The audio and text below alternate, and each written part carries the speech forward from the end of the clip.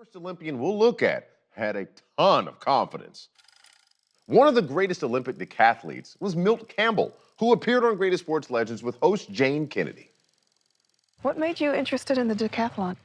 Well, I chose the decathlon because it would give me what I wanted, and what I wanted was to be the world's greatest athlete. And my high school coach sold me on that idea of being the world's greatest athlete because I was versatile. If I saw you do it, I went back and I tried it. The next day I would come back and do it. I had a great ability to be able to visualize that which I wanted to do. These days, you do hear a lot about the importance of visualization and its role in achieving success, but I don't know that mental tool was as common back in the early 50s when Milt was just a teenager. Yeah, I don't know either, but Milt certainly had that part down, as well as a healthy dose of confidence that he would one day be the world's greatest athlete.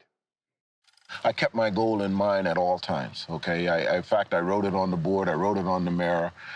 Guys would come into my room and say, what's all this nonsense, the world's greatest athlete and all that sort of stuff, you know? Haven't you heard about this guy or that guy? I said, I don't care. I am the world's greatest athlete. And just continue to keep developing that positive attitude. In high school, Milt was outstanding in the 100-yard dash and the high hurdles. He then learned to excel in the other decathlon events. And as an 18-year-old, he qualified for the 1952 Summer Olympics in the decathlon.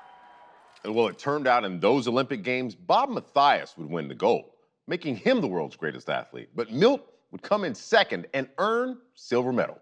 Yeah, not bad, but Milt kept his dream alive, and he prepared for the next Olympics in 1956. Now, the 56 Games would be held in Australia, and the favorites in the decathlon were Rafer Johnson, an American, and Vasily Kuznetsov from the Soviet Union.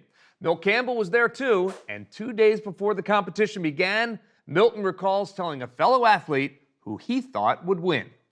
I can remember talking to someone at the breakfast table and 2 days before the decathlon, and he said, Milt, who do you think is the man to beat in the decathlon?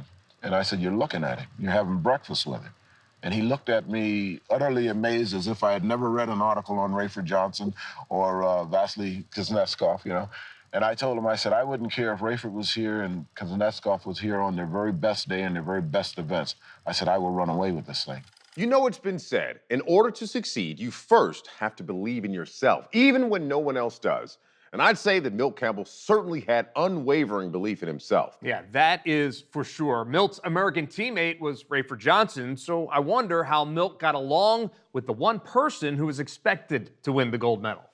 I had a great relationship with Rayford. I really loved Rayford. I think he was good for me because he was a top competitor, but Rayford was nervous. It was his first Olympic game, and I can remember sitting on the side of my bed and Rayford coming in, and he says, what do you think's going to happen? And I looked him square in the eye and I told him, I said, there's no way you're going to beat me. I said, the next Olympic Games will belong to you. I said, I've been willing to give everything that I have to do to win this Olympic Games. So this one's mine. Milt Campbell went on to win the gold medal in the decathlon with a performance that set a world record. But just as impressive is how he used the power of positive thinking to reach his goal. Yeah, Kerry Strug, the great American gymnast, once said, quote, the ones who are successful are the ones who really want it. You have to have that inner drive, otherwise it's not going to work out. And I'd say that fits Milt Campbell to a T.